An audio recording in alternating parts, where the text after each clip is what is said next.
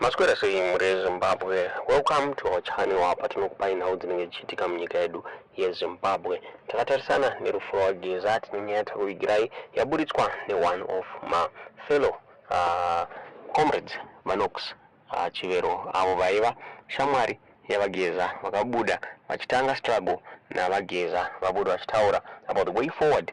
Mushure mekunge vasangana nenhau inorwadza yekufa kwavageza. Tisingadi kuwesta nguva yedu tauti mungonzo zvataurwa naVanox Chivero mubva matudza zvamuri kufunga pamusoro penyaya iyi mucomment section. The Geza revolution lives on. Save dziva remvura. The torchbearer of the Geza revolution. He lives on. Heroes don't die, they live. 7th of February 2026. It marks the passing of a unique, gallant, revolutionary warrior, selfless and committed to the upliftment of the weak and forgotten in society. Very few people, very few rich people can vouch for those who are hungry. Hakuna anochemera ane nzara yakaguta. Such is a rare breed to which Geza belonged to.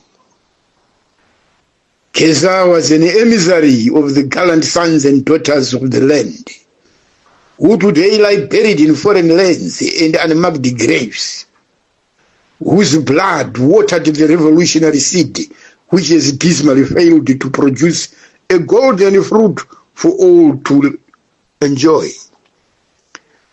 Ndikafa munonoita marombe kumusha was Tongogara's famously quoted saying during the liberation struggle, and Geza became a constant agitator for that awareness, earning himself enemies amongst his allies.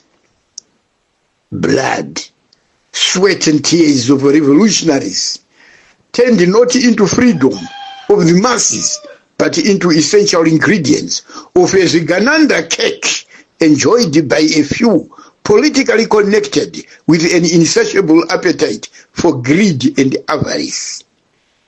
A revolution is not an event, but a process with too many players taking different roles at different times for different reasons. Geza revolution is an organically evolving process founded on sacred principles of honesty, fairness, distributive and socio-economic justice. It's not a model for a Mobutu-style kleptocracy. Geza revolution represents a beacon of hope for the marginalized, widow, orphan, disabled and elderly in Checheche, Chikombedzi, Gwatemba, Mukumbura, Gache and other such similar marginalized areas. Zvinorwadza ndiana achavarangarira. Chembere dziri kuchema mumamisha umu kuti uri kuchemeiko nhaya ambuya. Hanzi ndiri kuchema Geza. Geza was a beacon of hope. He was a beacon of hope for those who suffer. Vasina achavarangarira. Hakuna anovarangarira. Vakaguta havarangariri. Don't despair. The revolution is still very much alive and kicking despite losing its torchbearer. Remember, Chitepo died. Tongogara followed. But the country gained independence. Though much compromised, and the successors to the leadership proved to be a celebrated chain of disasters. There is nothing chokuomberera. Hatiomberere ngozi tichiti mudzimu. Ndo unyama wataita mukati menyika ino yeZimbabwe. Blessed Runesu Geza, the man who rode and thundered and left the enemy shivering and pecked like a pack of hyenas in caves. He joined his Save ancestors and fellow comrades. Eka, kwa kufariwaka, nikuti Geza hachiziko, ngavakataura wakati ukachiti ukeresire imamba yedu chire, orowa nemhepo osasana anonzi Geza iye kutondodzwa kwachauruka. Now that you are in the spiritual realm, guide us with your vision, bravery, and political astuteness as we deliver the final deadly blow against the enemy. Nekuti hatisi kuzomira and hatiheshidzirwe. Never. You have already set the stage for key enablers and the progressive forces to consolidate the action plan.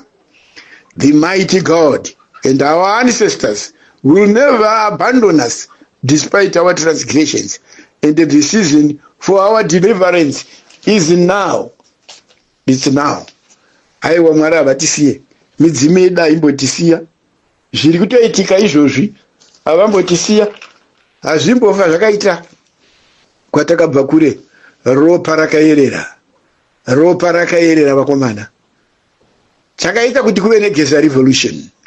Geza revolution yakakonzereswa nekuti pane vakarangarira kuti zuva riye ndakanga ndinangana vakaparara ropa ravo rikayerera, vakati munonowana ropa rangu pamureza weZimbabwe. Saka pane vakadzikisa ndangariro, vakaona kuti ropa riye riri kumboremekedzwawo here? Hapana.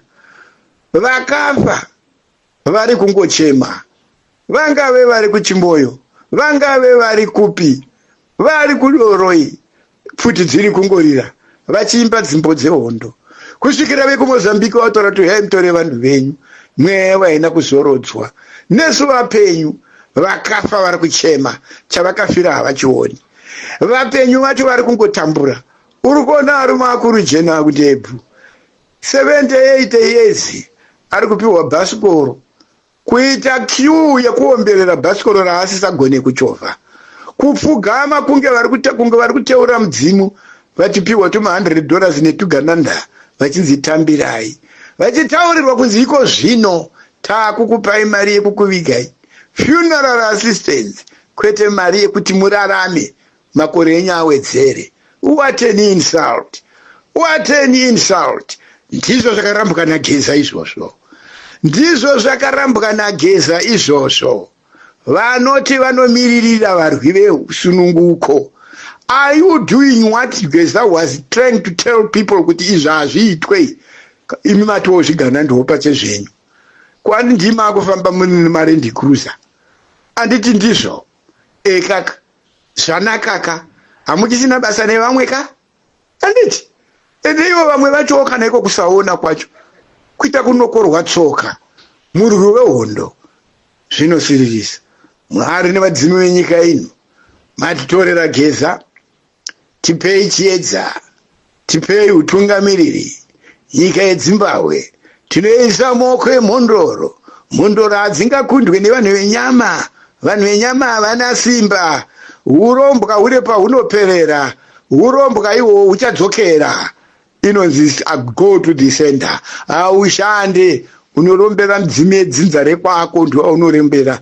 Midzimu yenyika iromberwe. Midzimu yenyika ichipikwe. It's mission impossible.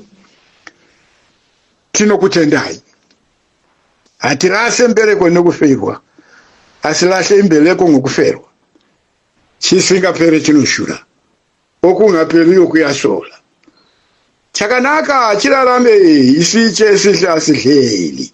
Zororai murugare save, gamba remagamba, qawe ramaqawe. Tinokutenda isave. Makaita penyu. Hatisi kuzodzokera kumashure. Tipei vanhu vekushanda navo. Tibate iri basa ramakatanga. Hapana kudzokera kumashure. Hapana kudududza. Naivo vakafira nyika ino. Their spirit must inspire us. You now join their ranks. You are now with them. Reinforce our efforts. Nyika igadziriswe. Nyika inotogadziriswa chete. Nyika inogadziriswa kuti nyika yevaridzi. Vene venyika chaivo. Vene venyika chika chaivo vakatanga. Ndo vatiri kutaura nezvavo. Hatisi kutaura vene vemakaro. Vekuti yedu isiri yavo. Tatenda dziva. Tatenda save. Uwenyu nokusichivero.